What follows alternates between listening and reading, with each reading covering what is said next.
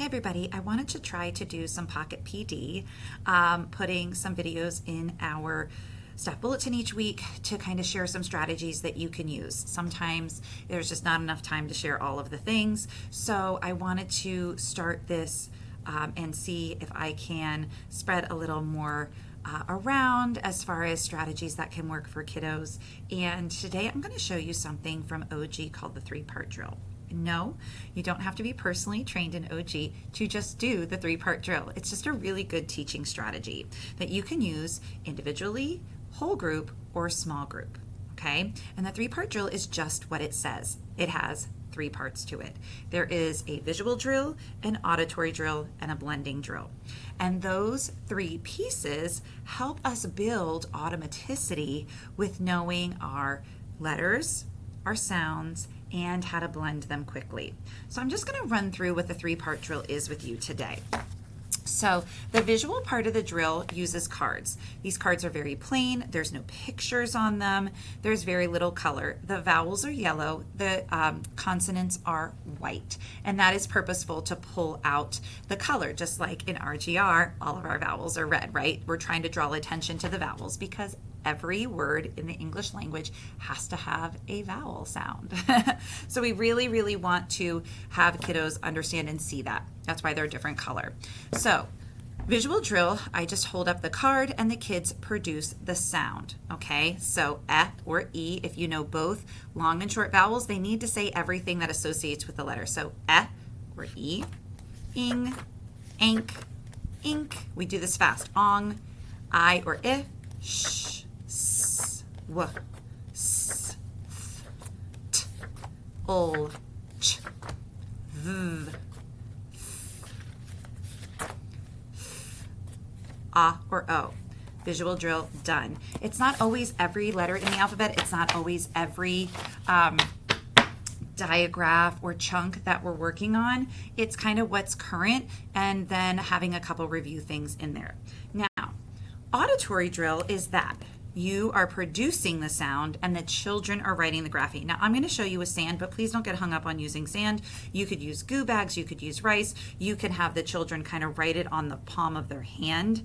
There's many different ways. The piece of the auditory drill is that they're hearing it and they're creating the letter and they're feeling it in some capacity. So I'm sure this is not going to come up correctly, but I'm just going to go through the auditory drill here right now to show you some sounds. So sound is shh, and the students say SH says shh. And running that finger underneath at the bottom there is just cueing again that left to right movement, and that's how we read in English. Ch, CH says ch. A says ah. E says F.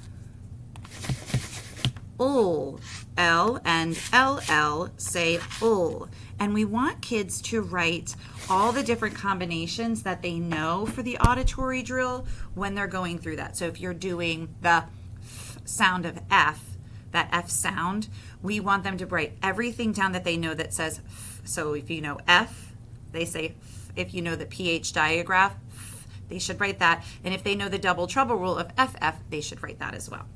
The last piece of the 3-part drill is blending. Now I have a blending board, but please don't get hung up on having a board for a blending board. You can write this on a whiteboard. The important part of the blending drill is that we're moving through that blending process quickly and we're changing different pieces of the word, the beginning sound, the middle sound, or the ending sound. Now, always think ahead on this so you don't get a word that accidentally doesn't sound very good. I've started with SH before on some words and then followed by, you know where I'm going with that. So we're going to read and we're going to say mud, mud. Ad, mad. We go very quickly here. Ad, clad. Maybe you have a blend that you're working on. That's why that blend is in there. Ad, rad. So I'm cueing with my hands and then I'm running through it quickly. Again, those visual cues are really important. Let's change the ending sound here. raz, raz. And some of the words as they come up on the blending piece can be nonsense words. We're just really trying to get through some practice of blending those sounds quickly. Sometimes we get much too much hung up on the idea of everything being like a long drawn out lesson. It doesn't have to be. It can be very quick. This can be at the beginning of a small group. This can be whole group to kind of warm up everybody's brains for the day. This can be done individually with students who need the support. Next up, syllaboards.